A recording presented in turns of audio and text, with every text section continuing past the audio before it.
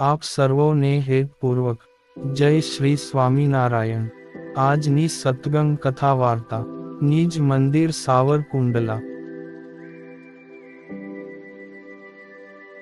જય શ્રી સ્વામિનારાયણ। શ્રીહરિ અમદાવાદ ભક્તોને સુખ આપીને સૌ સાથે અશલાલી જતા હતા। માર્ગમાં ગોવિંદ સ્વામી બોલ્યા કે હે મહારાજ, આજે મકર સંક્રાંતિનો દિવસ છે તો જેતલપુર નજીક છે તો ત્યાં જઈએ। શ્રીજી મહારાજની સંમતિ થતાં સૌ જેતલપુરના રસ્તે ચાલ્યા।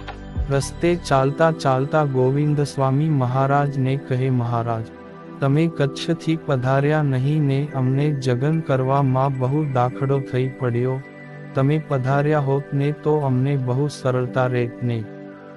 મહારાજ કહે, ગોવિંદ સ્વામી, એમાં શું, જગન તો અમે ચપટી વજાડતા કરીએ હો। ગોવિંદ સ્વામી તરત બોલ્યા કે હે મહારાજ, તમે ભગવાન રહ્યા એટલે વ્યવહારની વાતે જાજી તમને ખબર ન હોય।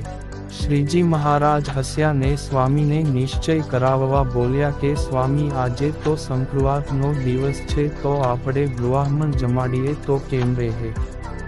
મહારાજનો બ્રાહ્મણ જમાડવાનો સંકલ્પે સૌએ વચાળે આવતા બધાય ગામના બ્રાહ્મણોને નોતરા દીધા। જેતલપુરના મહોલમાં ભૂંગણ બાંધીને સમિયાનો તૈયાર કર્યો ને સૌ સીધું ઘી, તેલ, મસાલા, દાળ ભાત વગેરે એકઠા કરવા માંડ્યા। 10 કુડલા ઘી એકઠું થયું, 1 હારાનો ઘઉંનો લોટ, તે મુજબ દાળ ભાત આવી ગયા। 10 મણ ઘીના કુડલા જોઈને મૂળજી ભગત કહે કે હે મહારાજ, આટલા ઘીએ કેમ કરીને સૌને પૂરું થાહે। મહારાજ મંદ મંદ હસ્યા ને બોલ્યા કે ભગત, શરીરની નાડીઓમાં લોહીને પાણીનું વહન કોણ કરે છે? કૂવા નદીના પાણીને કોણ વહાવડાવે છે? ગમે એટલા કુવે કોષ હાંકો ને પાણી વાપરો છો તોય ખૂટતા નથી, તે કોણ પૂરા કરતું હશે? મૂળજી ભગત, તમે મૂંઝાવ નહીં ને ઘીના કુડલા ત્રાંસા રાખીને નીચે તપેલા મૂકીને ભરાય એટલે બહાર લાવીને સીધું સૌને દેજો।